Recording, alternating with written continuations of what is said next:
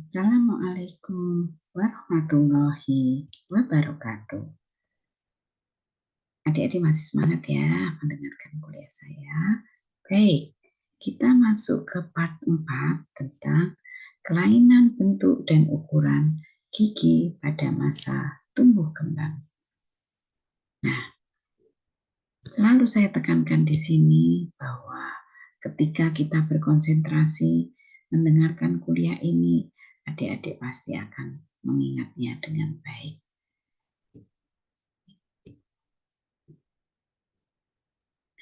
Nah, di sini dikatakan apakah sama antara orang yang mengetahui dengan orang-orang yang tidak mengetahui. Sesungguhnya orang berakalah yang dapat menerima pelajaran. Nah, dari situ kita akan mengetahui bahwa kita memang perlu mempelajari semuanya dengan sebaik-baiknya sehingga kita akan menjadi orang yang berakal. Nah, ya, sekali lagi adik-adik silakan berkonsentrasi untuk beberapa saat ke depan. Saya seorang dokter gigi anak yang sejak tahun 2025 mempelajari tentang ilmu kedokteran gigi anak. Sejak tahun 2005 maksud saya. Ya, baik, kita mempelajari tentang kelainan yang berikutnya. Tadi kita sudah belajar tentang erupsi, struktur. Nah, sekarang kita akan mempelajari yang lebih mudah adalah nomor 3, kelainan bentuk dan ukuran gigi. Kelainan bentuk dan ukuran gigi ini terdiri dari gigi ganda, fusi atau geminasi, dense intense, mikrodonsia, gigi yang kecil seperti judulnya, pectid makrodonsia, gigi yang besar, dan talon cups. Fusi adalah penggabungan dua benih gigi, cenderung ketika pembentukan dentin dan bersifat herediter. Sering pada gigi incisivus decidui, mahkotanya kelihatan besar. Nih kelihatan di gambar ya. Ada kaspid tambahan, lekuk tepi incisal, dan alur vertikal di email. Ronsen foto terlihat satu akar besar atau dua akar dengan saluran terpisah. Jadi kalau secara klinis ini tampaknya satu gigi besar, tapi cirinya ada sedikit lekukan pada tepi insisalnya. Dan akan kelihatan jelas kalau di ronsen. Satu akarnya besar atau dua akar, tapi salurannya terpisah. Nah, bisa dibayangkan ya, jadi satu gigi dengan dua akar yang saluran terpisah. Kalau geminasi itu membelah menjadi dua juga. Ini kebetulan pasien saya tampak sebagai gigi membelah tidak tuntas atau bercabang. Nah, ini jelas pada ronsen foto.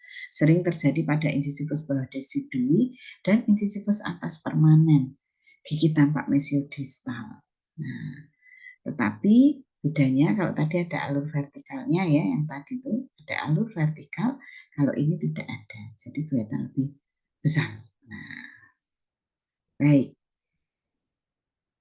Dense intense istilah gigi dalam gigi, ya di dalam gigi ini ada gigi lagi ternyata dengan email dan dentin dari mahkota melipat balik ke arah apikal di dalam pulpa. Akan tampak jelas ketika ronsen. Tanpa ronsen kita tidak begitu mengetahui dense intense. Kemudian biasa pada incisivus lateral, ini kelihatan ya di ronsennya di dalam gigi tampak ada gigi. Karena ada gigi di dalamnya sehingga kamar pulpa kelihatan besar bagian korona. Nah, ini bisa terjadi karena herediter atau trauma pada masa pembentukan gigi. Ini yang saya sebut tadi mikro. Giginya kecil, keadaan gigi permanen yang jauh lebih kecil. Bisa dua sisi bilateral dan biasanya herediter. Bisa menyeluruh seperti pasien ini. Bentuknya pec lateral. Pec lateral kayak apa dok? Pec lateral itu adalah pectid. Bentuknya lebih kecil dari normal seperti cuspid. Bentuknya namanya rudimental. Makrodonsia, ukuran gigi lebih besar dari normal, dapat mengenai satu gigi atau lebih atau beberapa gigi. Dan yang terakhir adalah talon cups.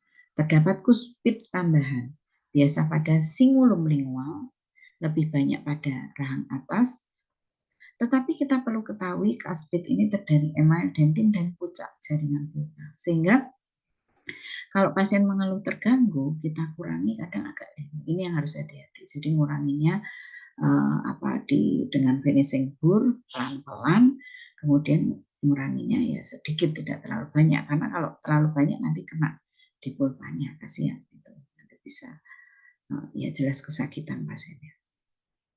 Nah, ini yang adik-adik perlu tahu, beri penjelasan ke pasien, nggak perlu panik, tenangkan pasien, rencanakan perawatannya, tangani kasusnya, dan jika tidak bisa melakukan rujukan medis.